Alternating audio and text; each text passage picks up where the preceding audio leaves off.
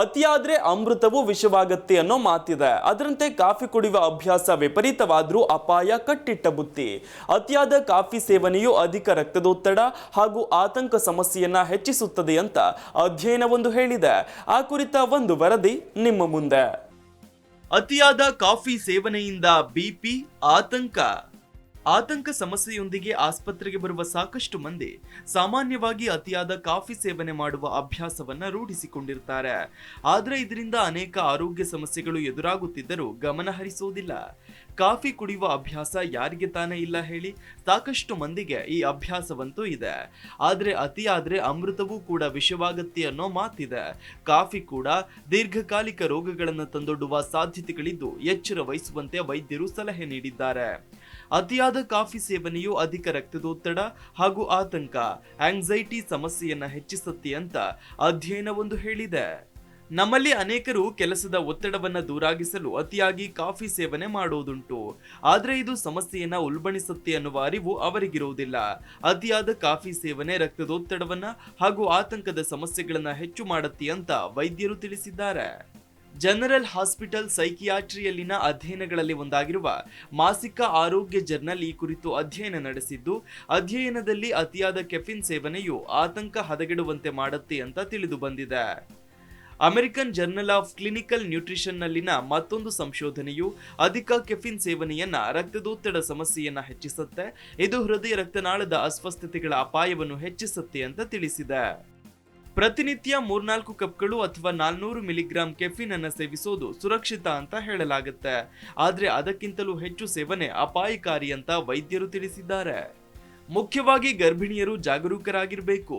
ಯಾಕಂದ್ರೆ ಅತಿಯಾದ ಕೆಫಿನ್ ಸೇವನೆ ಗರ್ಭಪಾತ ಮತ್ತು ಕಡಿಮೆ ತೂಕದ ಮಗುವಿನ ಜನನದ ಅಪಾಯವನ್ನ ಹೆಚ್ಚಿಸುತ್ತೆ. ಅಲ್ಲದೆ ಕಾಫಿ ಸೇವನೆಯು ನೇರವಾಗಿ ಸಕ್ಕರೆಯ ಬಳಕೆಯನ್ನ ಹೆಚ್ಚಿಸುತ್ತೆ ಅಂತ ಹೇಳಿದ್ದಾರೆ. ಅತಿಯಾದ ಕಾಫಿ ಸೇವನೆಯು ಹೆಚ್ಚಿದ ರಕ್ತದೊತ್ತಡ ಸೇರಿದಂತೆ ವಿವಿಧ ಅಡ್ಡ ಪರಿಣಾಮಗಳಿಗೆ ಕಾರಣವಾಗಬಹುದು. ಇದು ಅಗತ್ಯವಾದ ಸೂಕ್ಷ್ಮ ಪೋಷಕಾಂಶಗಳ ಹೀರಿಕೊಳ್ಳುವಿಕೆಗೆ ಅಡ್ಡಿಪಡಿಸುತ್ತೆ ಮತ್ತು ಕಬ್ಬಿಣಾಂಶದ ಕೊರತೆಯನ್ನು ಹೆಚ್ಚಿಸುತ್ತೆ. ಅತಿಯಾದ ಕಾಫಿ ಸೇವನೆಯು ಆಸ್ಟಿಯೋಪೊರೋಸಿಸ್ ಅಂದ್ರೆ ದುರ್ಬಲ ಮೂಳೆಗಳ ಸಮಸ್ಯೆ ಹಾಗೆ ಟೈಪ್ 2 ಡಯಾಬಿಟಿಸ್ ಅಪಾಯವನ್ನ ಹೆಚ್ಚಿಸಬಹುದು ಅಂತ ಕೆಲವು ಅಧ್ಯಯನಗಳು ತಿಳಿಸಿವೆ. ಅಲ್ಲದೆ ತಲೆನೋವು, ಆಯಾಸ, ಗ್ಯಾಸ್ಟ್ರಿಕ್ ಸಮಸ್ಯೆಗಳನ್ನು ಉಂಟು ಮಾಡಬಹುದು. ಕಾಫಿ ಜೊತೆಗೆ ಸಕ್ಕರೆ ಸೇವನೆ ಕೂಡ ಹೆಚ್ಚಾಗೋದ್ರಿಂದ ಆಗಾಗ್ಗೆ ಮೂತ್ರ ವಿಸರ್ಜನೆ, ಅನಿಯಮಿತ ಹೃದಯ ಬಡಿತ, ಕಿರಿಕಿರಿ ಮತ್ತು ಆತಂಕಗಳಿಗೆ ಕಾರಣವಾಗಬಹುದು. ಕಾಫಿ ಸೇವನೆಯು ಸಾಮಾನ್ಯ ಅಭ್ಯಾಸ, ಆದರೆ ಯಾವುದೂ ಕೂಡ ಅತಿಯಾಗಬಾರದು. ಕೆಲಸದ ಒತ್ತಡ ನಿರ್ವಹಿಸಲು ಸಾಕಷ್ಟು ಜನರು ಹಲವು ಬಾರಿ ಕಾಫಿ ಸೇವನೆ ಮಾಡುವುದುಂಟು. ಅತಿಯಾದ ಕೆಫಿನ್ ಸೇವನೆಯು ನಿದ್ರಾಹೀನತೆ ಸಮಸ್ಯೆಯನ್ನು ಹೆಚ್ಚಿಸುತ್ತೆ. ಅಲ್ಲದೆ ಆಸಿಡ್ ರಿಫ್ಲಕ್ಸ್ ರೀತಿಯ ಜೀರ್ಣ ಸಮಸ್ಯೆಗಳನ್ನು ಪ್ರಚೋದಿಸುತ್ತೆ. Desk bureau, Zee Kannada news. Zee Kannada news ಈಗ ನಿಮ್ಮ ಮನೆಯಲ್ಲೇ ನೋಡಿ. ಎಲ್ಲ ಕೇಬಲ್ಗಳಲ್ಲಿ ಈಗ ಲಭ್ಯ.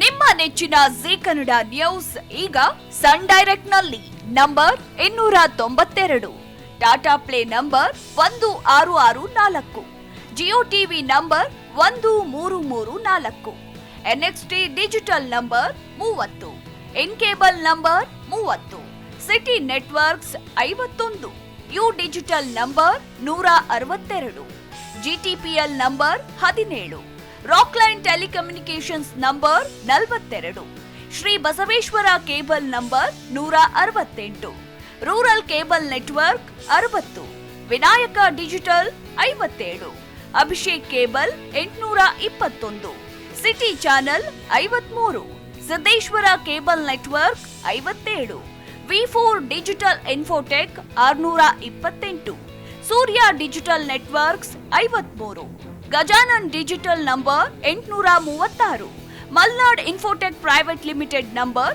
56, Metrocast number 830, Victory digital number 167ರಲ್ಲಿ ನೋಡಿ ಆನಂದಿಸಿ.